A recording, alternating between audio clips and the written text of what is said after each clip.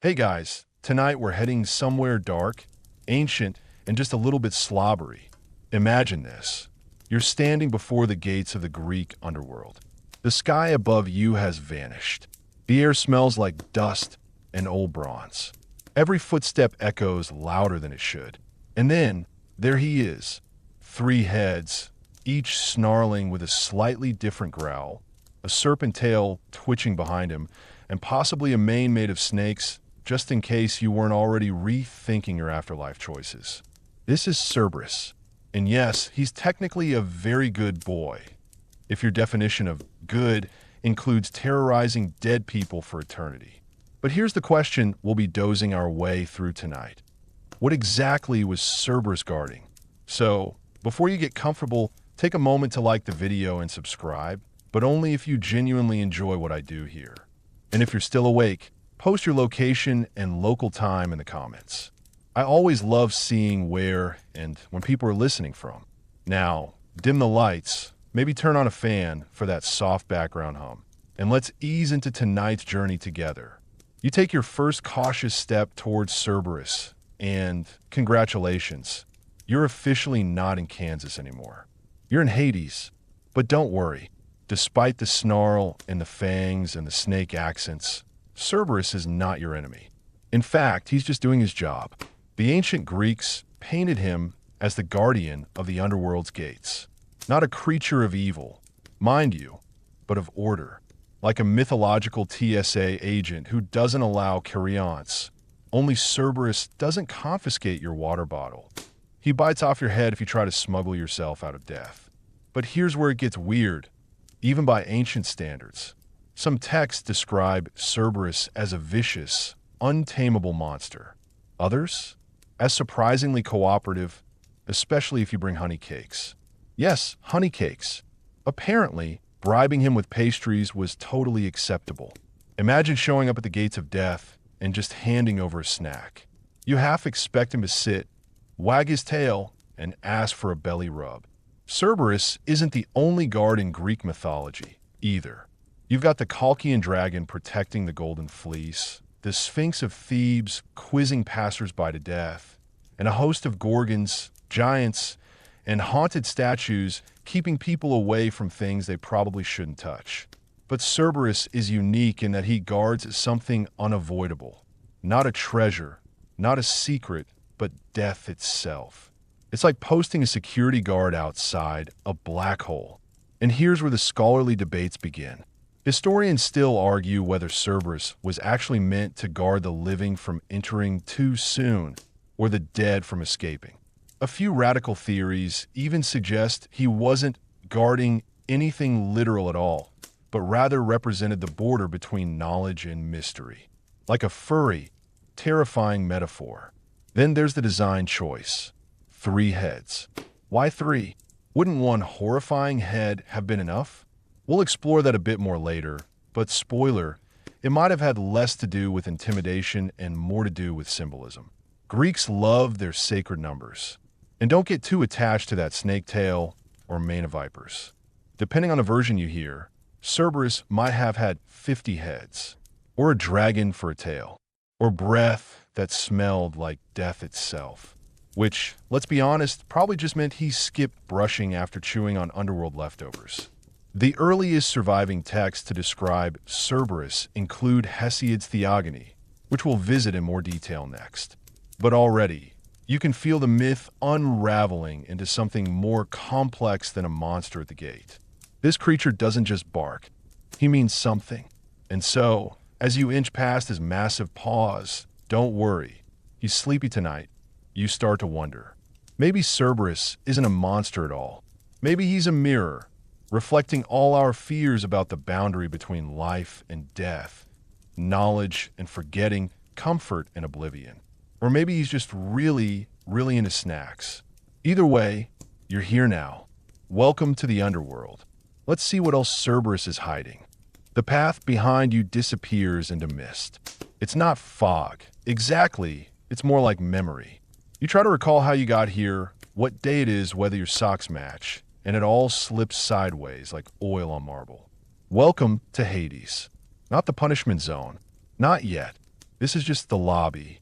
And up ahead, a library of shadows, stacked high with scrolls and whispered regrets. Before you go wandering off, let's roll back the tapestry and find out where Cerberus came from in the first place. Because the dog didn't just show up wagging his tail and chewing bones. Like every mythological creature worth its scales, Cerberus has parents. Meet Echidna and Typhon, arguably the worst parental combo in Greek mythology. Echidna is sometimes called the mother of monsters, which is exactly as flattering as it sounds. She's half woman, half snake, full-time nightmare fuel. Typhon, her baby daddy, is a 100-headed storm demon who once challenged Zeus himself. Together, they parented an entire zoo of legendary horrors: the Hydra, the Chimera, the Sphinx, and of course, our three-headed pupper, Cerberus. Now, you might think growing up in a household of lava, teeth, and storm breath would toughen you up. And you'd be right. Cerberus didn't play fetch. He played eternal damnation. But don't worry, Greek myths weren't big on healthy parenting models. You'd be surprised how many legendary monsters were just misunderstood kids with complex family trauma. Historians still argue whether Typhon and Echidna's monstrous brood were meant to symbolize chaos itself, or if they served a more natural order function, standing at the fringes of civilization like dragons at the edge of old maps. Cerberus, in that sense, isn't just a dog with attitude. He's part of a system, like a firewall or a warning sign with teeth. Now back to Cerberus's features, because they aren't just random add-ons from a fantasy RPG. The three heads? Some say they represent the past, present, and future. Others think it's birth, life, and death. Or perhaps just the capacity to bite you from multiple angles. The serpent tail? A nod to his mother's snake heritage. The mane of snakes? Pure fashion statement. And if you're wondering how all of this looked in art, well, ancient Greek vase painters had a field day. Sometimes he's lean and wolfish. Sometimes he's a shaggy mastiff with oversized paws. But always, he's terrifying enough to make even heroes think twice. Speaking of heroes, Cerberus wasn't just a background character. He got screen time. Hercules, of course, had to fetch him as the final of his 12 labors. This was less walkies and more drag Cerberus out of hell without dying. The details vary. Some say Hercules used brute force. Others suggest he charmed the creature with a firm glare and perhaps a good boy pat on the head. The important thing? Cerberus led him, which makes you wonder, was Cerberus truly unbeatable or just deeply bored? But the most curious and sleep-worthy moment in Cerberus's resume might just be his diet. See, the Greeks didn't depict him tearing through humans like a beast. No, Cerberus preferred, get this, honey cakes. These melatia were offerings left by mourners or travelers to smooth their passage into the underworld. One cake to the ferryman, one to the dog.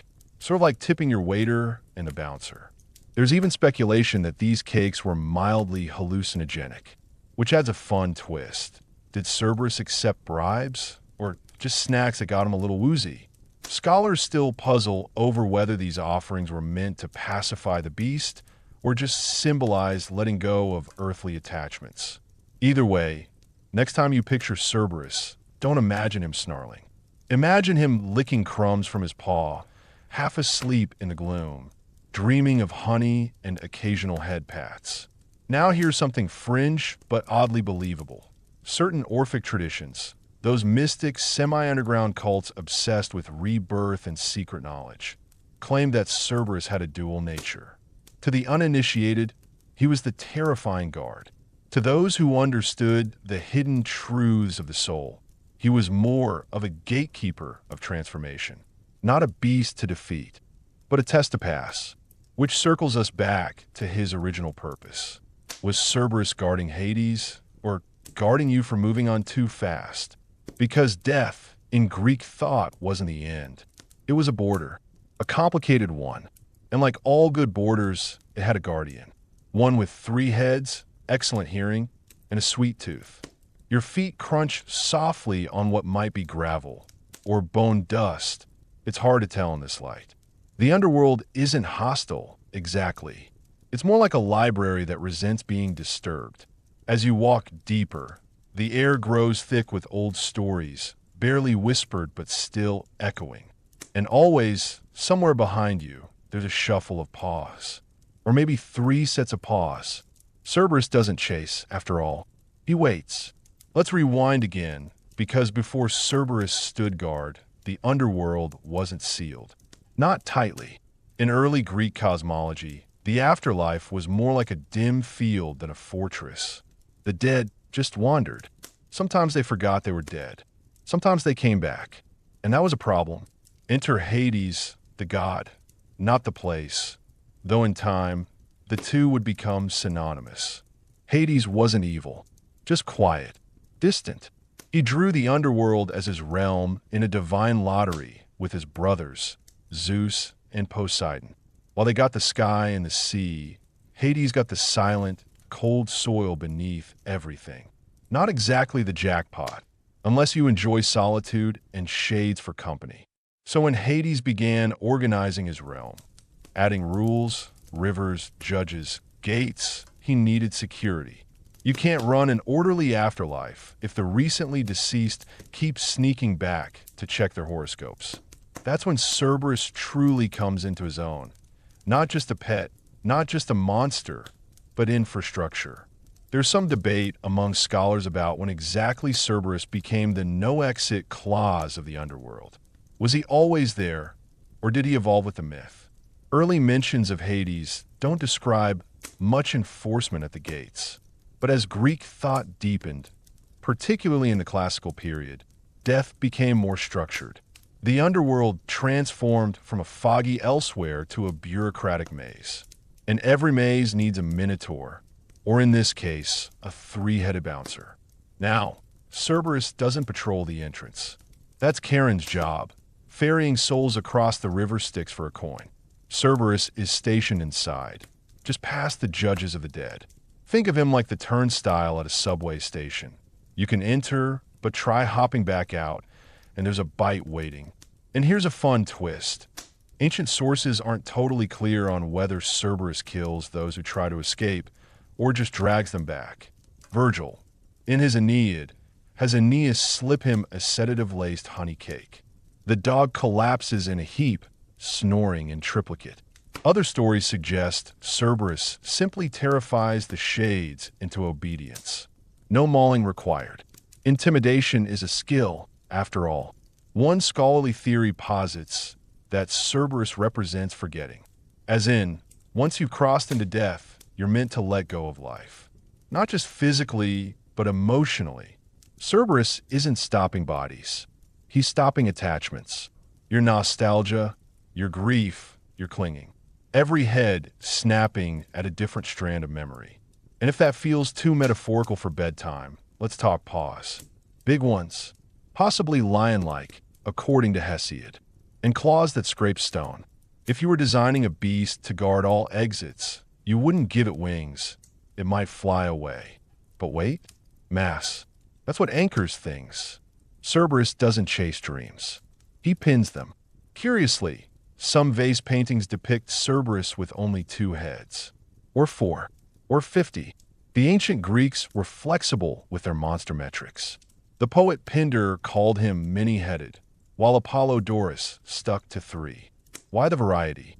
Possibly to suit different story needs.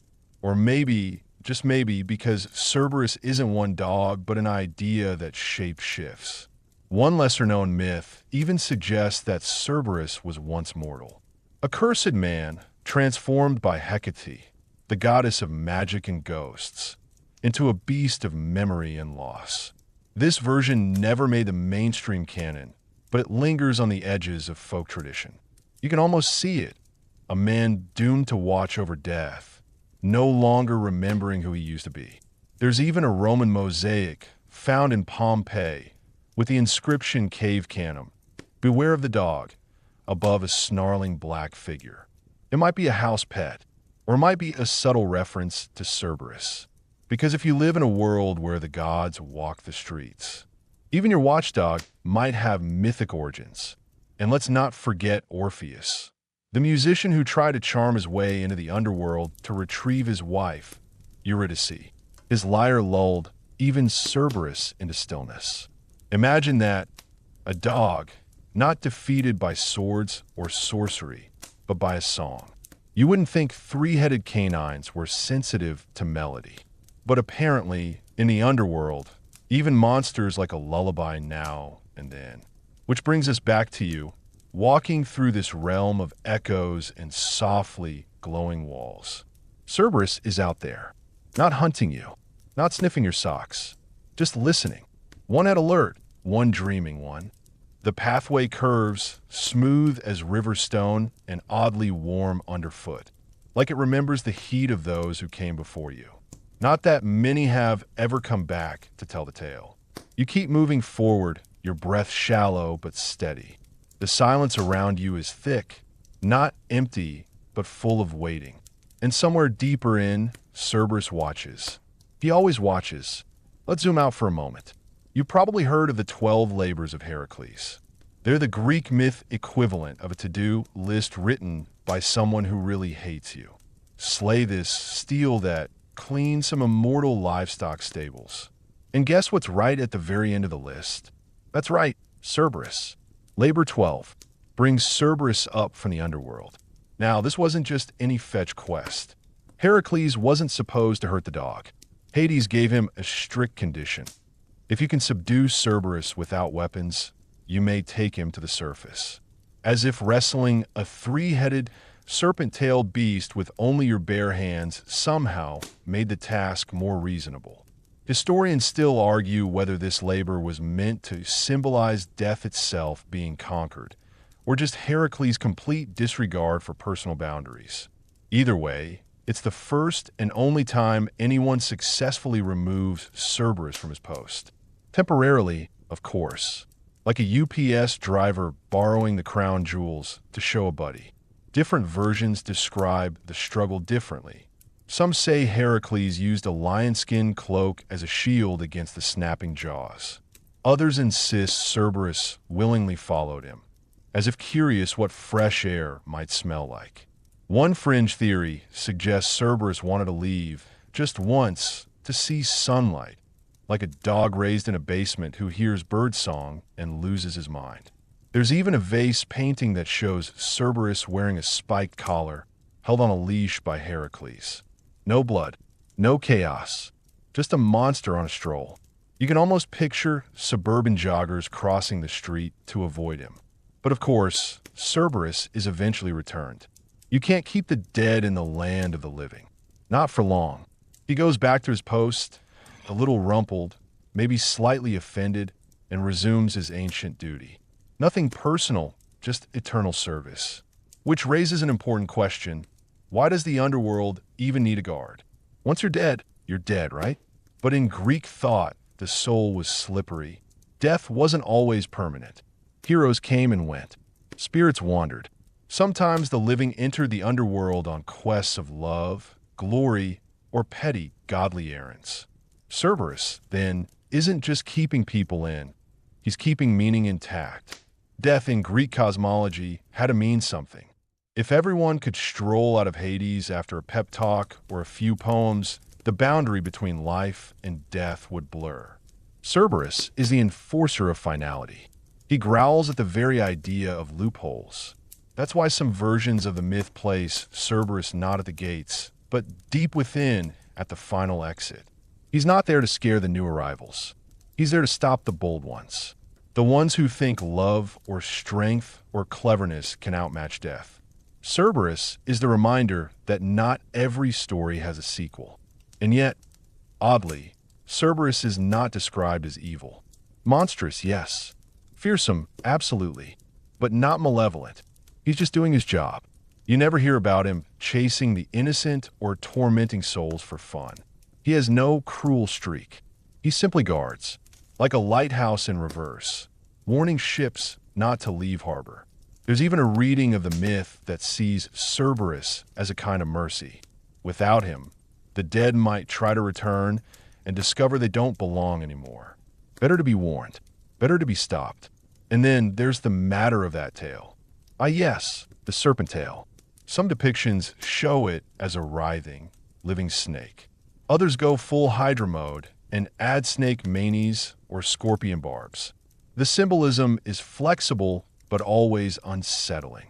Snakes, in Greek myth, represent both death and rebirth, venom and healing, fear and knowledge. Cerberus's snake elements hint that he's more than just muscle. He's a guardian of metaphysical boundaries. And he's not alone, you know. The underworld is full of watchdogs. The Egyptian afterlife had Anubis, jackal-headed and noble. The Norse spoke of Garmr, another monstrous hound guarding Hell's gates. Even the Aztec underworld featured Xolotl, a dog god who guided souls. Cultures everywhere seem to agree. If you're traveling between life and death, you'd better bring a dog. The Greeks just made theirs a little more dramatic. You pause for a moment, half expecting growling, but there's only stillness. A soundless pressure, like being watched from behind a dream. You step again, deeper into the realm that Cerberus calls home. Every footfall feels more like memory than movement now. Your pace slows, not out of fear exactly, but reverence.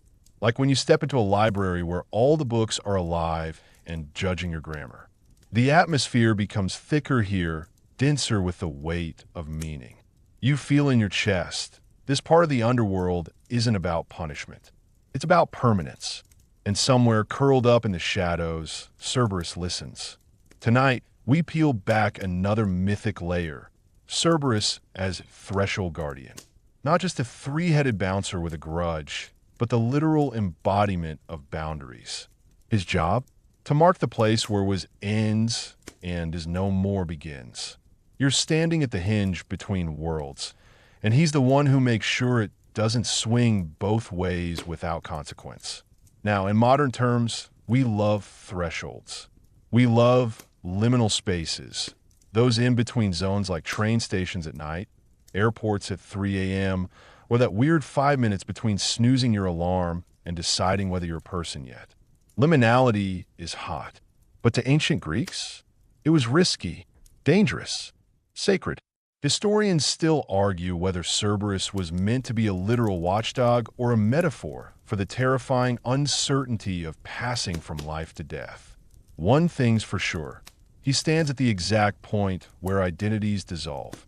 You're no longer a name, a job, a social security number. You're a soul, whatever that means. Even his form reinforces this liminality. 3 heads, past, present, and future. Birth, life, and death. Some say they represent the 3 stages of the soul's journey, each one barking its own warnings. Others joke it's just so he can look in all directions at once. Efficient, if a bit excessive. Either way, Cerberus is a beast made of thresholds.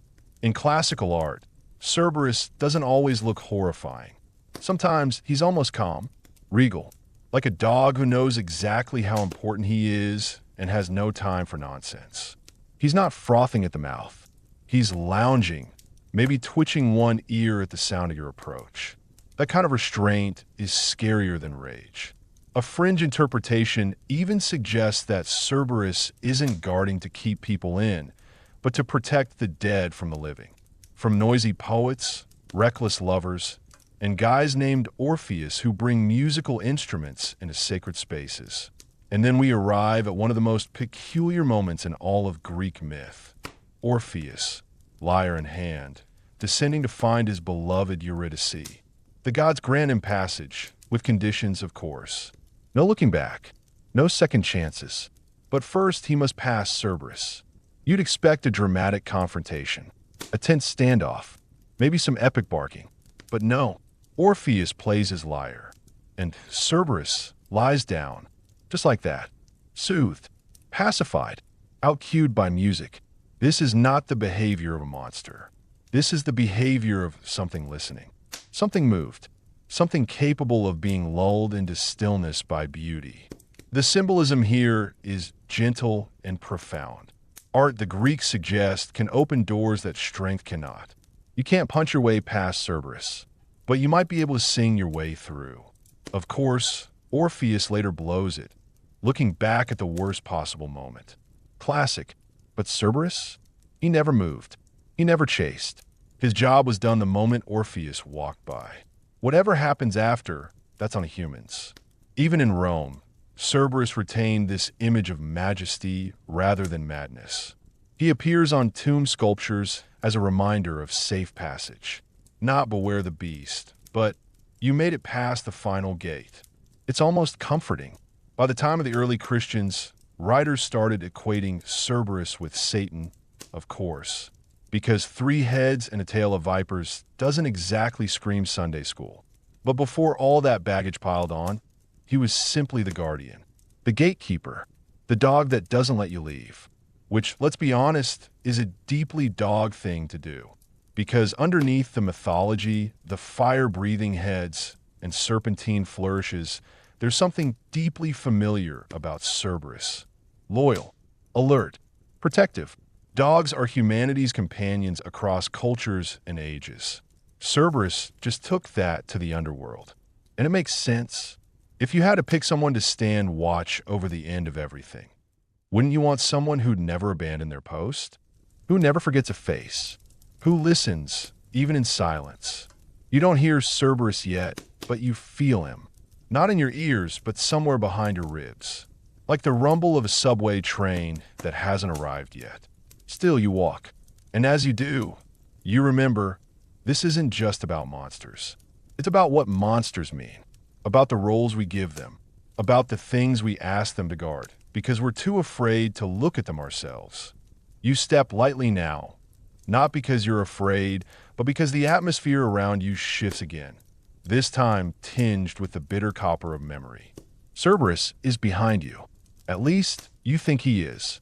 The boundary has been crossed. What lies ahead is something altogether stranger.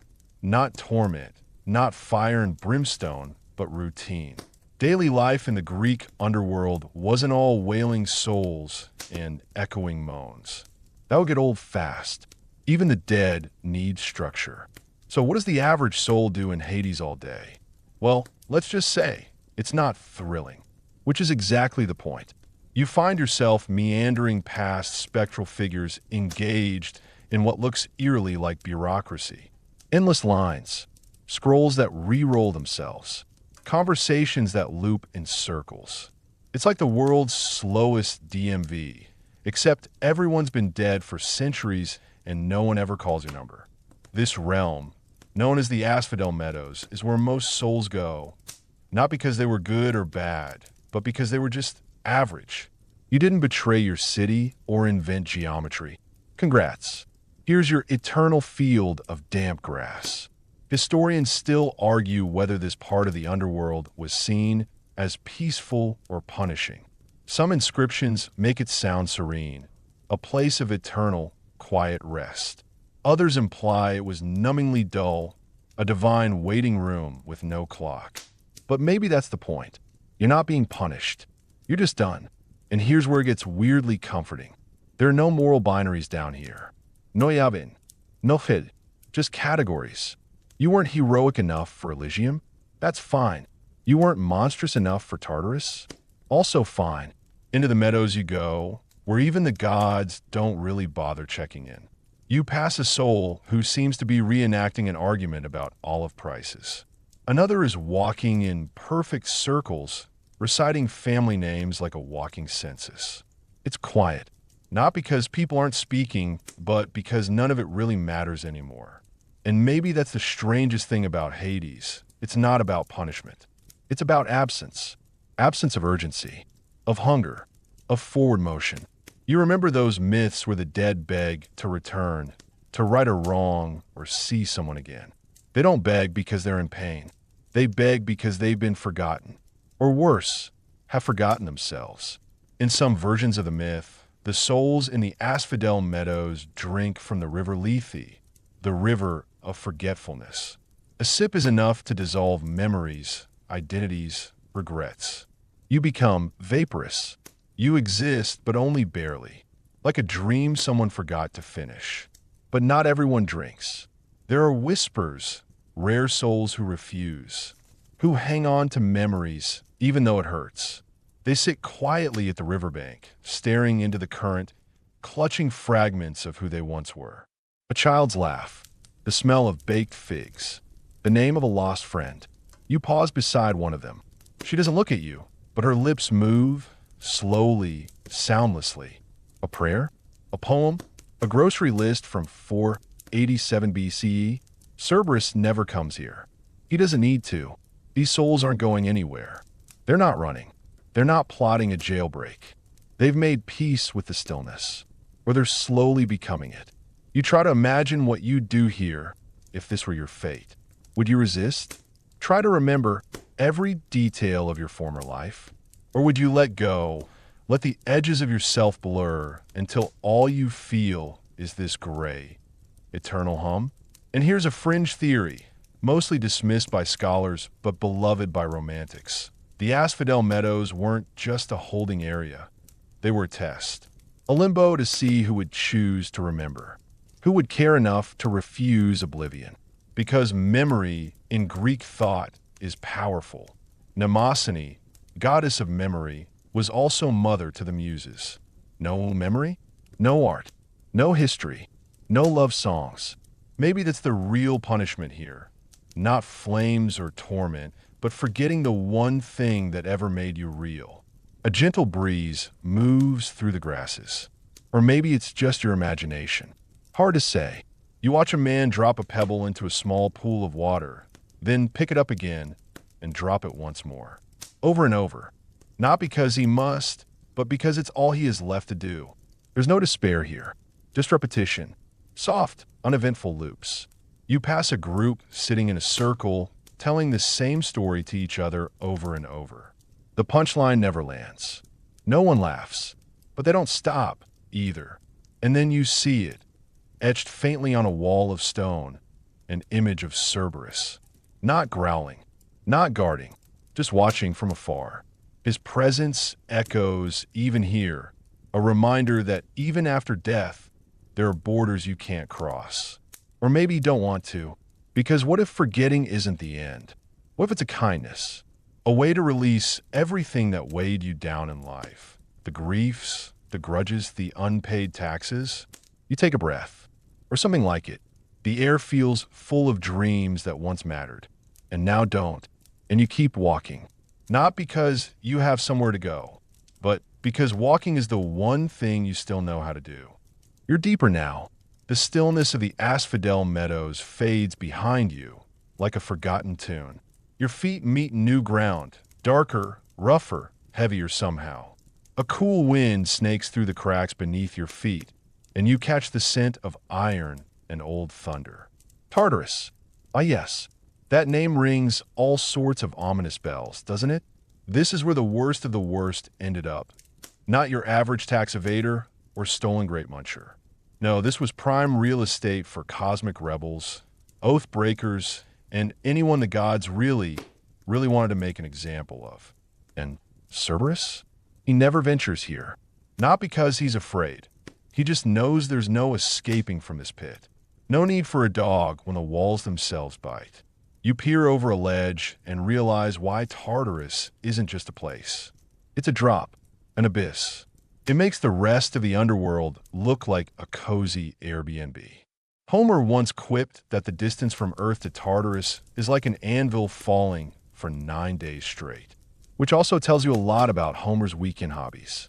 Down below, you don't see lava or demons. You see something worse, futility. Eternal, poetic futility. There's Sisyphus, of course. The poor guy's still at it, heaving his boulder uphill, sweatless now, expression blank. The rock never shrinks. The hill never forgives. Historians still argue whether his punishment was chosen by Zeus as vengeance or by Thanatos as poetic irony. Either way, it's the underworld's favorite rerun. You might think, surely he's gotten better at it over the millennia? But no, that's the curse. You never get better. You're frozen in the loop of failure, like trying to find the right USB port in the dark for all eternity. Over there, That's Tantalus. Don't let the name fool you. He's not tantalizing anyone. He stands in a pool of water that vanishes whenever he bends to drink, beneath fruit trees that shrink when he reaches up. Imagine being thirsty, hungry, and allergic to disappointment, and then multiply that by forever. And just beyond, the Danaides, 49 sisters doomed to carry water in sieves. Yep, holes in the bottom, endlessly scooping, sloshing, and spilling. Imagine being sentenced to the world's worst chore, forever stuck on the loading screen of a broken life simulator game. But what you notice most in Tartarus isn't the torment. It's the order. Every punishment is perfectly tailored. You didn't just get thrown in a fire pit. No, your eternal suffering is an essay. A metaphor, maybe even a poem. This place isn't chaos. It's art. Dark, vengeful art. And yet, like everything in the Greek afterlife, there's debate. Some scholars say Tartarus wasn't strictly for mortals. It was mainly used to imprison titans and primordial forces. Mortals got tossed in occasionally for truly spectacular sins, like betraying guest rights or trying to cheat death. But the gods? They were the main audience here. Tartarus was their warning poster. You pause beside a great iron gate that appears to be both open and shut. Quantum gatekeeping. On one side, a breeze of fire. On the other, a silence so thick it curls around your thoughts like ivy. Then you see something stranger. Not everyone here is screaming or laboring. Some figures are just waiting, silent, dignified, wrapped in togas, their expressions unreadable. Were they once judges? Heroes who fell from grace? Or perhaps gods themselves, punished for meddling too much? There's a fringe theory, rarely accepted but oddly compelling, that Tartarus wasn't always punishment. Some versions of the Orphic tradition suggest it was also a purifying pit, that those who endured its symbolic torment would one day be reborn, stripped of ego, cleansed of cosmic arrogance. Not so much hell as a divine detox spa. With boulders, you chuckle softly at the thought, which feels wildly inappropriate here. But no one hears or cares. You move further in, and something catches your eye. Inscriptions, carved into walls, scattered across floors, written in dozens of forgotten dialects. They aren't cries for help. They're apologies, declarations, philosophical musings scratched into eternity by those desperate to make sense of their fates. One reads, "I lied to save a child. Was that truly a crime?" Another says, "I was proud. I was punished, but I remain me." And one, haunting in its simplicity, "I only wanted to be remembered." You realize, standing there, that perhaps punishment here isn't just pain. It's being turned into a parable. Your worst moment immortalized. Your complexity erased in favor of a clean, moral lesson. But Cerberus? He never comes down this far, because no one's getting out of Tartarus. Not without divine intervention or a paperwork error of mythic proportions. The guardians here aren't creatures. They're concepts, endurance, irony, the cruelty of justice delivered too late. And just as you turn to go, you notice one final oddity.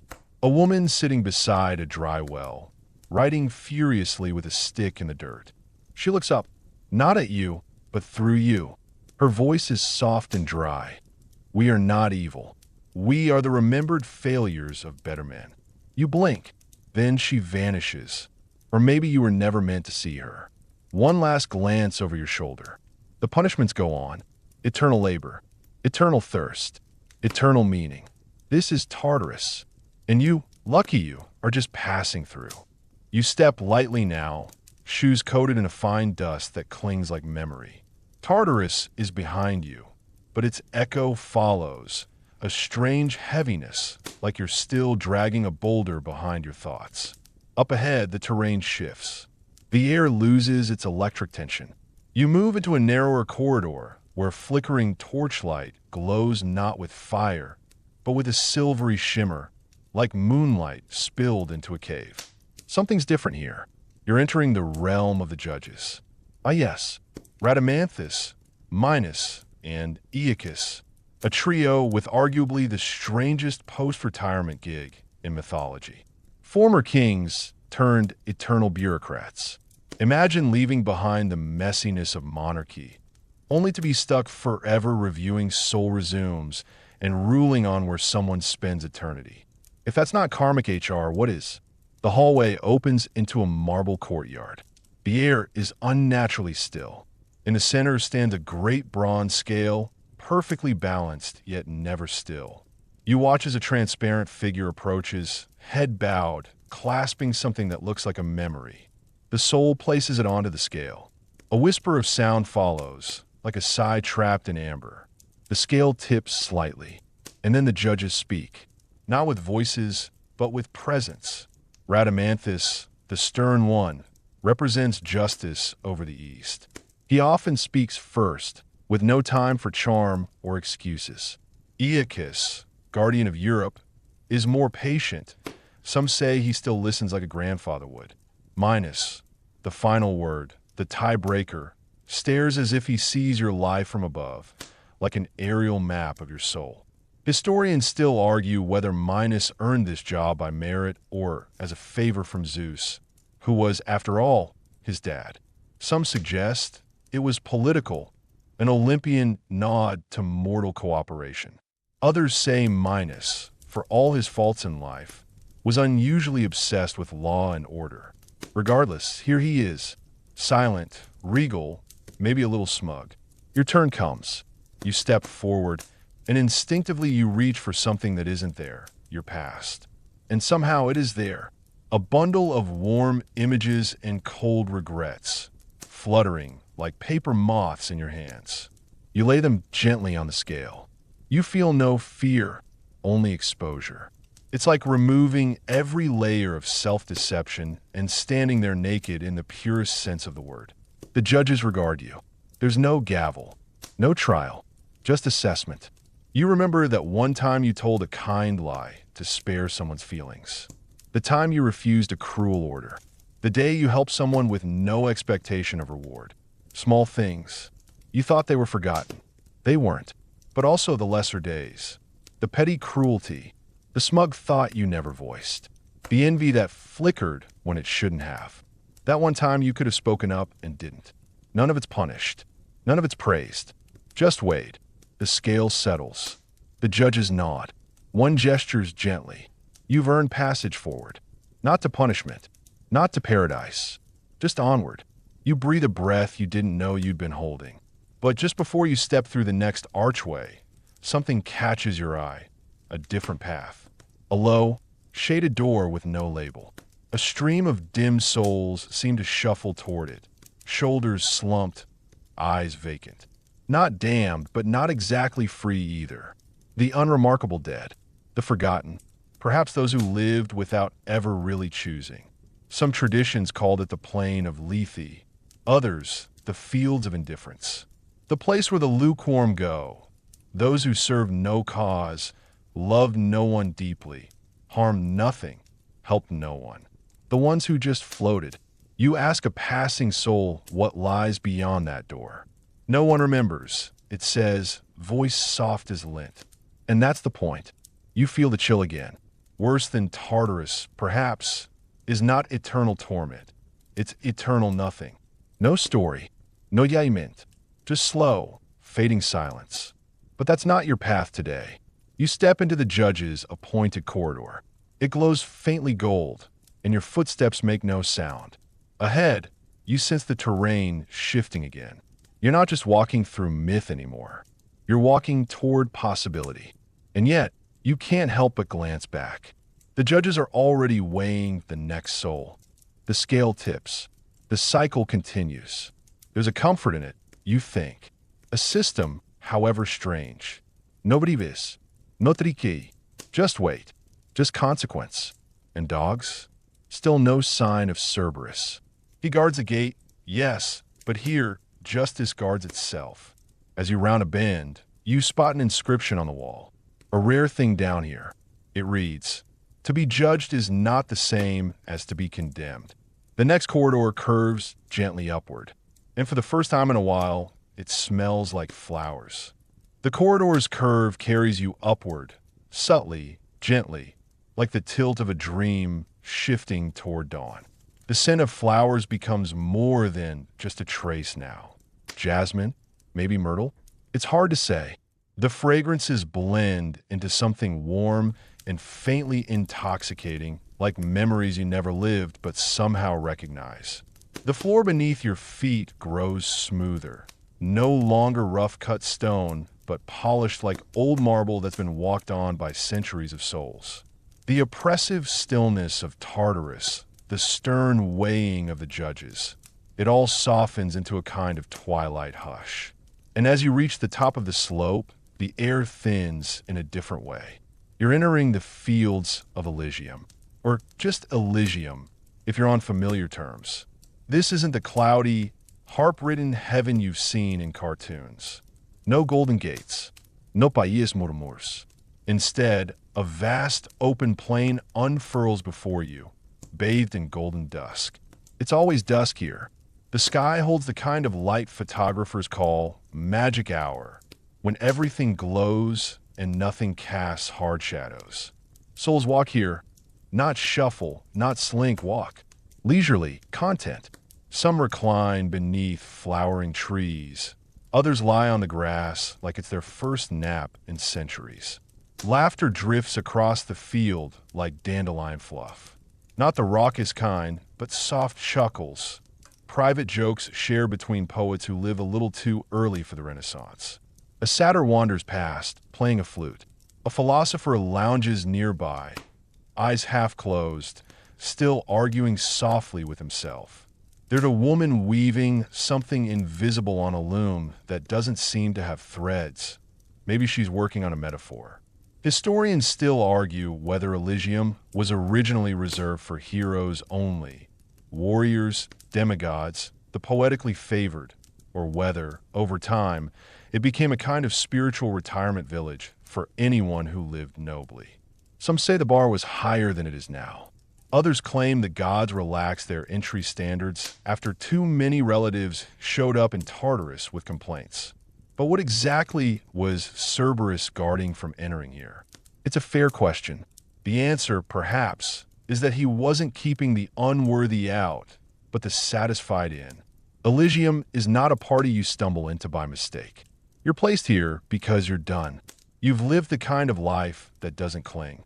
No boasts, no unfinished business. You get to rest without regret. And most importantly, there's no reason to leave, which is why Cerberus, some believe, watch more closely for those trying to go back. Because Elysium is blissful, yes, but dangerous to disturb. Imagine a soul, well-rested and gleaming with wisdom, deciding to return to the land of the living. What chaos would they cause? What rules would they rewrite? In fact, a few souls did try. Orpheus, famously, tried to leave with Eurydice, but he wasn't granted Elysium. Not quite. He passed through, eyes fixed forward, unable to look back. He failed, and the message was clear. You don't just take paradise. You earn it, and then you stay. You pause beneath a wide tree with silver-green leaves. A man nods at you in greeting. He seems familiar. Tunic, sandals, calm gaze. You realize he looks a bit like Homer might, if Homer were just a little better groomed. He motions toward a low table with 2 cups of something warm, perhaps spiced mead or some honeyed metaphor for contentment.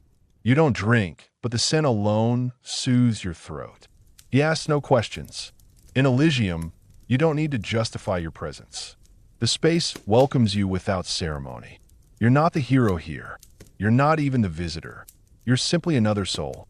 Some scholars have speculated that Elysium wasn't actually a location at all, but a mental state, perhaps a metaphor for inner peace, a psychological endgame wrapped in myth.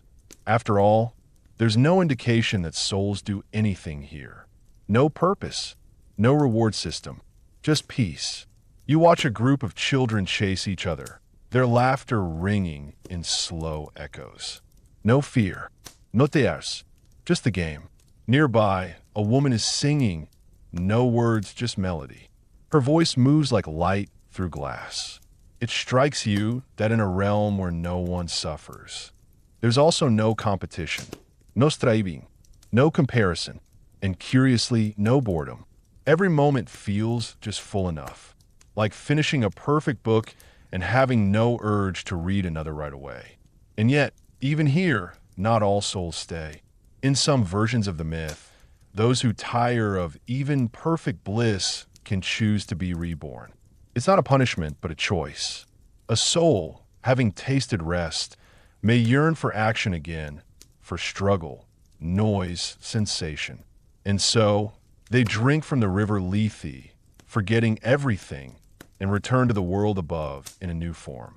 It makes you wonder, would you? It's a quiet question, one you're not meant to answer here. Not yet. For now, you rest beneath the tree, fingers grazing the grass that doesn't seem to grow, but simply is. A breeze rolls over the field, carrying scents of lemon and dust, and something like nostalgia. You lie back. The sky above you isn't blue or purple or gold. It's all of them, like a bruise you don't remember getting, like sleep pressing gently on your eyelids. And off in the distance, you see a gate. No dog, no fire, no threats, just a threshold. And whatever lies beyond, it waits. You rise, not quickly, not with urgency, but like someone whose limbs have only just remembered wait.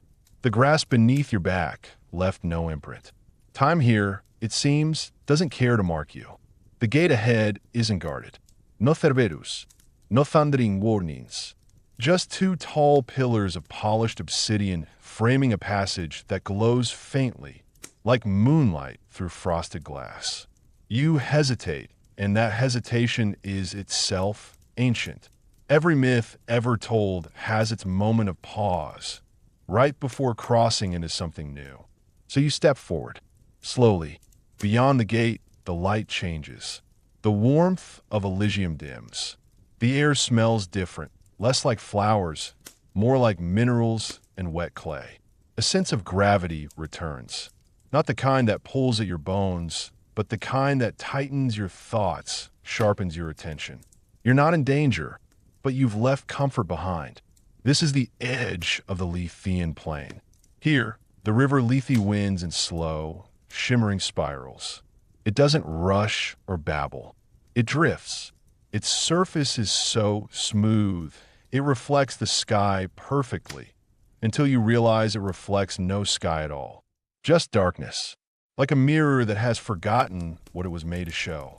Lethe means oblivion, the river of forgetting. One drink, and your past slips away like ink in water. Why would anyone drink it? Because in many myths, Lethe is the final step before reincarnation. A soul ready to return to mortal life must drink, forget their former existence, and begin again. Clean slate, fresh wounds, and all. You sit at its edge now.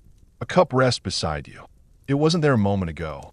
You didn't bring it, but it belongs to you now, doesn't it? Some souls sip without hesitation.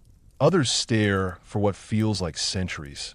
Historians still argue whether the Lethe was meant to be literal, a geographic feature in mythic geography, or symbolic.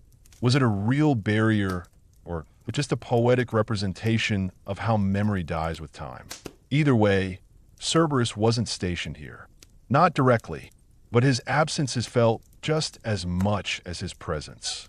You imagine him, far behind you now, still standing at that narrow threshold, still sniffing for the scent of rebellion, of memory that refuses to fade.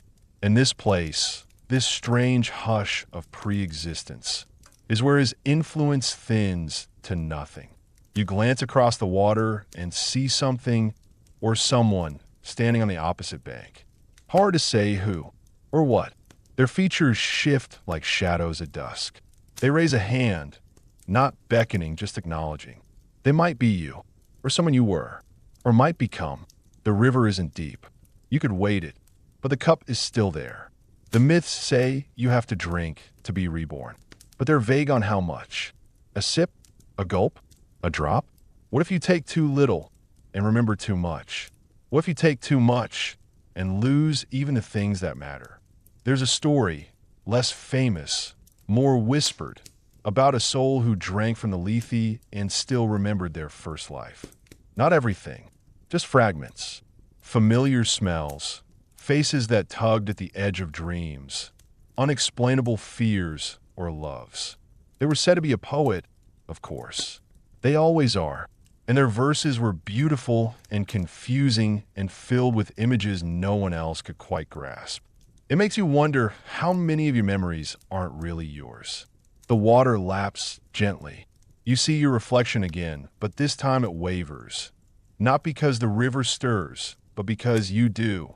You feel the pull, not of the river, but of the possibility that lies beyond it. A second chance, or maybe a 10th. One more breath, and you lift the cup. It's surprisingly light, like holding a story before it's been written. No scent, no chimir, just liquid as pale as old snow. You tip it back, and it tastes like forgetting. Not painful, not sweet, just gone. In that instant, you feel your memories loosen. Not fall, not vanish, just drift away from their anchors. Your name is still there, sort of your life, your regrets, your joys. But already, they feel like someone else's photos in a box at yard sale. You close your eyes, and when you open them, you're no longer on the riverbank. You're standing in a vast chamber of soft light and golden mist. No walls, no floor, just space and silence. It's said that between Lethe and rebirth, there's a moment, a weightless pause, where the soul is unburdened by everything. No pain, no decide, no memories to cloud its clarity. Some call it the antechamber of rebirth. Others say it's just what happens when myth runs out of metaphors. Either way, you're here now, floating but grounded, awake but beyond dreaming. And around you, threads of color begin to glow, red, blue, green, gold. Each one a path, a possibility, a life waiting to be woven. And somewhere, in the distance, there's a heartbeat. Not yours, not yet, but soon. That heartbeat grows louder, not frantic or fearful, just steady, rhythmic, as if the universe is tapping its foot, waiting for something. For you, the golden mist around you pulses in sync with the beat. You're not floating anymore, but you're not quite standing either. It's more like existing in a pause between chords. Everything is quiet, and yet charged with anticipation. You look down, if down even exists here, and see the swirling strands again. Those threads of red, blue, green, and gold. They twist gently like ribbons caught in a slow current, not tangled, but not entirely separate either. Each one, you realize, is a potential life, or maybe a memory of one. It's hard to tell. Myth doesn't bother with user manuals. You reach toward the red strand. It hums. A flash, sand beneath your feet, a spear in your hand, a voice yelling your name in a language you don't know, but somehow understand. Then the blue, cold air, a scroll of parchment, ink stains, the scent of beeswax candles, and longing. Green, a thatched roof, the cluck of chickens, laughter so loud it shakes your ribs. Gold, silk robes, a stone throne, loneliness wearing a crown. You withdraw your hand. Historians still argue whether these mythic images, this so-called thread choosing, was influenced by Orphic cult beliefs or if it was simply later poetic embellishment. Ancient Orphics believed in reincarnation, yes, but they layered it with secret rituals and symbolic language no one has fully decoded. Some say this thread picking was part of an initiation rite. Others claim it's metaphor for the choices we make before we're even born. You're not given time to ponder. The threads begin to rise, coiling upward around you like the spiral of DNA or a helix of pure chance. One of them flickers brighter. You don't know why. It could be random, or earned, or maybe it was always going to happen. You touch it. Suddenly, you're falling, but not the terrifying kind of fall. More like being pulled gently, like a leaf on a breeze. There's no scream, just light rushing past your cheeks and a faint sound of lullabies, street noise, ocean waves. everything at once. You land, or rather arrive, in a new place, somewhere very different from the Lethean Bank. This is the Hall of Forgetful Kings. No one knows who coined that name. Probably not the Greeks. Maybe a 9th century monk. Maybe a bored French translator. Doesn't matter. The hall stretches endlessly in all directions. You're walking now, barefoot on a marble floor veined with silver. Massive statues loom over you, some regal, others wild-eyed. All of them familiar.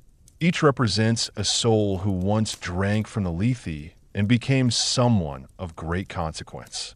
Kings, queens, prophets, lunatics. Some remembered their past lives, faintly, in dreams. Others didn't need to. They simply were what they needed to be, and then forgot it all again the next time. There's a plaque near each statue, but the letters swim and change. You squint. One moment it says tyrant, the next sage. Labels seem to flicker with perspective. You keep walking. Eventually, you come to a mirror. Oval, freestanding, rimmed in bronze. You look into it and see dozens of faces. All of them yours.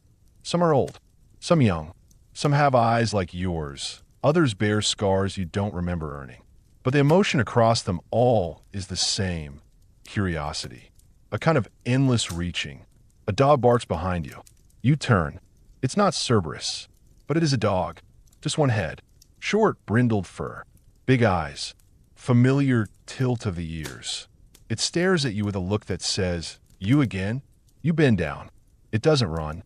Instead, it walks slowly past you, then sits facing a door you hadn't seen before. The door is plain, wood, iron hinges, no lock. You realize this is your way out, or in, depending on how you look at it.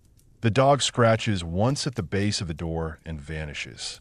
Not with drama, just a simple fade, like memory, like dreams, like myths after breakfast. You open the door, and suddenly you remember everything. Just for a moment. A flash of the underworld gate. The whisper of Lethe. The smell of the gold-threaded mist. The sensation of dozens of lives touching yours and retreating. You remember Cerberus, not just as a beast, but as a symbol, a sentinel, a friend. You remember what he was guarding. Not the dead, not the gate, but the forgetting itself. Cerberus stood watch over letting go, over the sacred moment when a soul becomes ready to move on. Not because it's forced, but because it chooses to. And you've chosen now. You step through the door. The air changes. It's colder, lighter. You smell pine needles and sunlight. Somewhere, children are laughing. A bell rings in the distance. You've been born again. The world is waiting. But for just a second, one fragile heartbeat, you look up into the sky and think, wasn't there a dog once? Then it passes. It's quiet now. Still, the wind rustles faintly through branches you can't quite see, and somewhere off to the side, maybe in another life entirely, someone's humming a lullaby you swear you've heard before. You blink, and you're somewhere new. It's a marketplace, not loud or overwhelming, but full of motion. You're drifting slowly down an ancient avenue where stalls lean into one another like gossiping friends. Textiles wave in a warm breeze, their patterns hypnotic. A child runs past with a stick of honeycomb candy, and you catch the scent, sweet, floral, a little burned. This isn't a dream. Or maybe it is. What matters is that you feel the layers, like pages in a book someone left too long in the sun.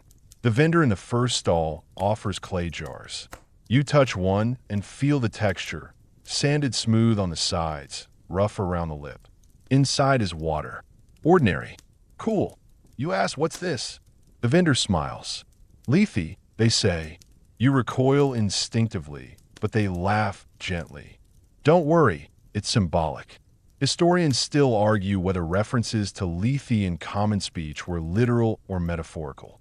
Some ancient sources claim it was a place, others a type of ritual beverage, and a few hint that certain temples dispensed Lethean water as part of spiritual purging ceremonies. No one agrees, of course. You continue walking. Another vendor beckons you over with a nod. On their table, feathers, wax seals, and tiny scrolls bound with red string. A wooden sign reads, "Souvenirs from Forgotten Lives." You pick up a scroll. The writing is yours. It's not a letter or a confession, just a list. Scribbled phrases. Snippets. You read, "The girl with 3 braids. Left boot always loose. Smell of rain on fairy decks. Do not trust goats with golden collars." Each line triggers something. An emotion, a flicker, a phantom limb of memory. You put the scroll down. The marketplace fades as you walk on. The path grows less cobbled, more grassy. Wildflowers spring up in yellows and blues. A bee bumps against your ear, then buzzes off in a lazy arc. And then you see the tree. Massive, ancient, roots like sleeping serpents. Its bark carries carvings older than writing, and its leaves shimmer, not with light, but with stories. You sit beneath it. You feel heavy, but not tired. More like full. The wind picks up and stirs the leaves, and you hear voices in them. Not speaking to you exactly, but near you, around you, as if the air remembers everyone it's ever carried. Cerberus is here again, just for a breath.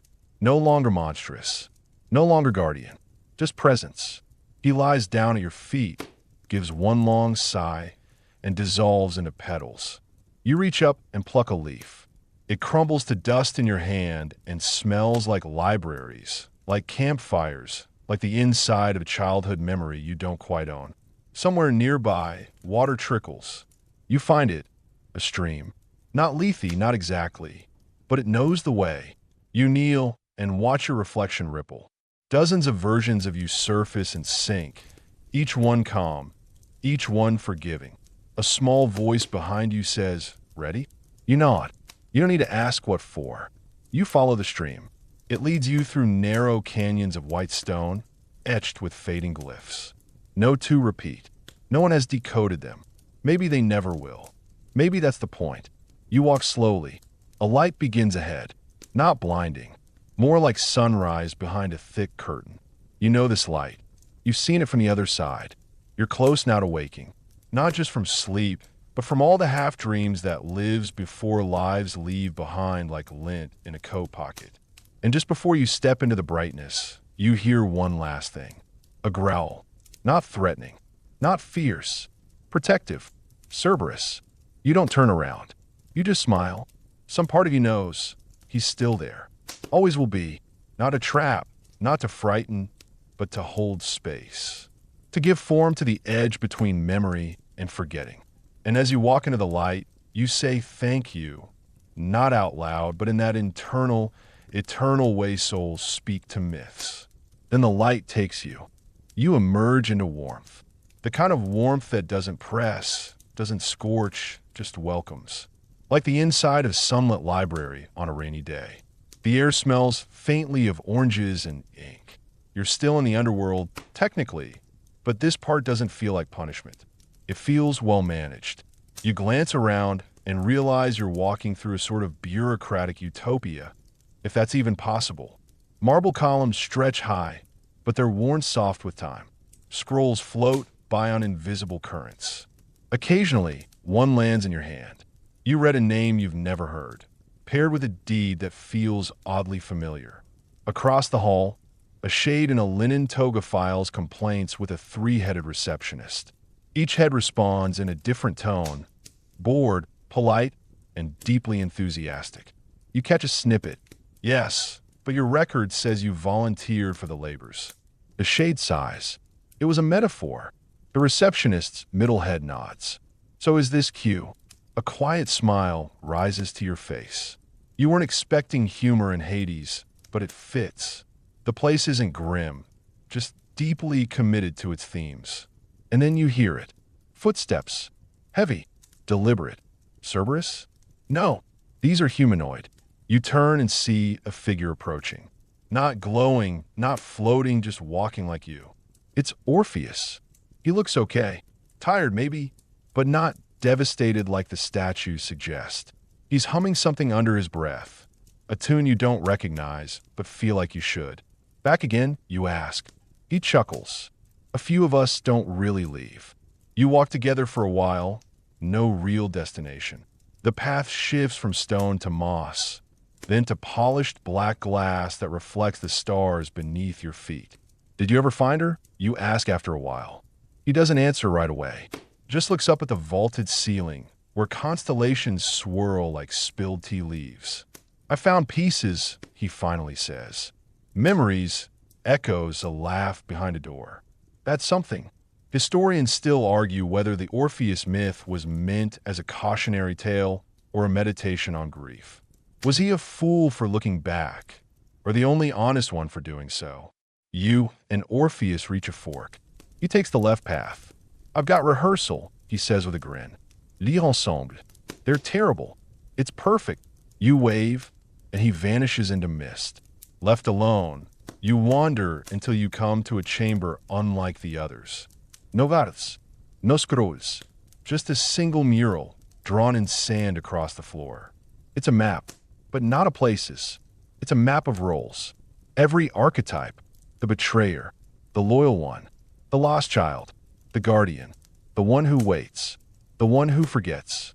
And smack in the middle, you, not your name, not your face, just the idea of you, radiating lines out in every direction. The mural shifts as you stare. Stories rearrange. Some vanish. Some double. One blooms into color. A dog, a gate, a heartbeat. This is what Cerberus was guarding. Not the souls. Not the secrets. The structure of story itself. That fragile architecture we cling to so we don't get lost. The myths we make to carry grief, joy, memory, meaning. The borders between chapters. Cerberus doesn't stop you from entering or leaving. He just watches. He makes sure the pages turn in order. You lie down next to the mural. The sand is warm and soft, and you feel it move gently beneath your spine. The constellations above begin to slow. A familiar growl rumbles somewhere nearby. Not menacing, more like a reminder. You are seen, and more importantly, you're being held. A whisper comes, soft and clear. Your name was never the password. Your forgetting was. And just like that, the walls dissolve. You're falling again, but upward this time. Back toward the surface. Back toward the edge of sleep. Back toward whatever it is you left behind when you began. The transition isn't harsh. You rise like fog on a spring morning, barely aware of motion. One moment you're beneath the underworld, the next you're somewhere else entirely. It takes a while to realize where. This part of Hades doesn't match the rest. There's no obsidian, no darkness, no echo of morning. Instead, you find yourself among ruins. Ancient, but not ruined in the sad, crumbling way. More like half-built memories left out to dry. Low walls stretch in circles. Olive trees grow sideways. And at the center of it all sits a table, stone, wide, and set for a feast that no one's quite arrived to. The smell of honeyed bread hangs in the air. There's wine, too, cool and red, glinting in goblets the size of your head. You pull out a chair and sit. A breeze moves through the place, soft as breath. It carries the whisper of languages you almost remember. Phoenician, maybe, or just very old gossip. Then a sound. Not footsteps, not growls, just rhythm. Someone's playing dice. You look to your right. A Shay grins at you, one eyebrow raised. They toss a handful of ancient knuckle bones onto the table, and the clack of them is surprisingly comforting. You're not here to gamble, they say, but you're welcome to watch. Who are you? You ask. They smile. One of many. I guide people across their second forgetting. You blink. I thought Lethe did that. Oh, Lethe handles the big forgetting. The loud stuff. But the second forgetting, that's subtler. It's where you let go of who you thought you were supposed to be. They throw the bones again. A perfect pattern this time. All sides aligned. I guide the ones who stopped trying to prove they mattered. You let that settle. Because, yes, it stings a little how much energy you've spent on legacy, on echo, on carving initials into the bark of time. But it's also relieving to imagine that maybe, just maybe, being forgotten is another kind of peace. Historians still argue whether the ancient Greeks believed in personal immortality or only collective memory. Some evidence suggests that for most citizens, eternal fame wasn't even the goal, just a good death, a warm burial, and a name whispered for one more generation. The shade pours you some wine. Most of what you are, they say, has nothing to do with what anyone else sees. They toast to you, to the quiet chapters, the ones no one adapts into epic poems. You drink. It tastes like nightfall, and then the table begins to shimmer. Not vanish, just recede, like it's being folded away into a book you've just finished reading. You're not sad to see it go. You're full now. From behind, the breeze returns. Only now hums with a single word, up. You stand. Your feet are light. You begin to rise again, not floating, just walking upward across an invisible slope. In this final level of the underworld, it's not like anything you've imagined, because it's not about rivers or riddles anymore. It's about memory. The place you enter next feels like a living museum of everything you've ever forgotten. That toy you dropped at age 6. The friend you lost touch with after summer. The meal that changed your mind about lentils. They're all here in rooms without walls. You pass them like exhibits, some dusty, some glowing, some so faint you can barely look at them without blinking them away. Each time you recognize one, it flickers and then fades. Not into nothing, but into you, into wherever memories go when they finally serve their purpose. Cerberus is here too, lying down now, all 3 heads snoring softly. He's off duty. You sit beside him, resting your hand on one of his paws. It twitches once, dreaming of chase, perhaps. You whisper your thanks, not just to him, but to the whole system, to the thresholds, the forgotten architects, the quiet gods who ask only that you make peace with your stories before you let them go. In the final corner of the memory gallery, you find a small door. It's shaped like your first bedroom window. Through it, moonlight streams. You walk through. There is no resistance, only release. You're lighter now. The stars overhead don't twinkle. They shimmer in slow pulses like breath. You step into this final plane, if you can call it that, and feel the air shift. It's not underworld air anymore. There's no weight to it. No yaiment. No morning. You pass the tests. You've answered riddles without speaking. You've crossed rivers made of thought, drunk from forgetfulness, and watched memory turn to mist. And now, you're nowhere. And it is deeply, wonderfully okay. The Greeks never quite agreed on what came after the after. Some whispered of Elysium, others of rebirth. But many believed in this, the letting go, the final exhale. That's where you are now. There's no ceiling here, no floor, only a soft glow beneath your feet, like bioluminescence, but warmer. You walk without direction, yet each step feels guided. And then, without warning, you find a garden. It's not lush in the earthly sense. No roses, no fruit trees, just stillness. Silence held together by shapes. Topiaries made of starlight. Hedges humming with quiet knowledge. At the center stands a tree. Its bark is dark, but its leaves are soft gold, like memory caught mid-dissolve. You approach and sit beneath it. Cerberus is nowhere in sight. He doesn't guard this place. He doesn't need to, because what lies beyond isn't danger. It's the absence of need, of hunger, of striving. Even the fates would shrug here, their threads snipped and coiled like sleeping cats. You close your eyes. A breeze lifts your hair. Not cold, not scented, just real, grounding, kind. You could stay here forever. And maybe you will, or maybe you won't. Because now the final question hums around you, like the wind inside a conch shell. Do you want to try again? Rebirth was never punishment in ancient Greek thought. It was opportunity. A second lap, a bonus round, and you get to choose. You think of Cerberus, his 3 faces, his patient stare, the way he never attacked you. Just watched, just waited, and maybe he wasn't guarding something at all. Maybe he was witnessing. Historians still argue whether Cerberus truly guarded the gates to the underworld or whether he merely prevented return, ensuring only those who had accepted death could stay. It's a small difference, but a big one when you're the one at the threshold. You look down. Your feet are bare. Your skin is smooth. You are a vessel waiting to be filled. The tree above you sheds a single golden leaf. You catch it, and then you whisper your answer. The moment you do, the world bends around you. Not violently, not fast.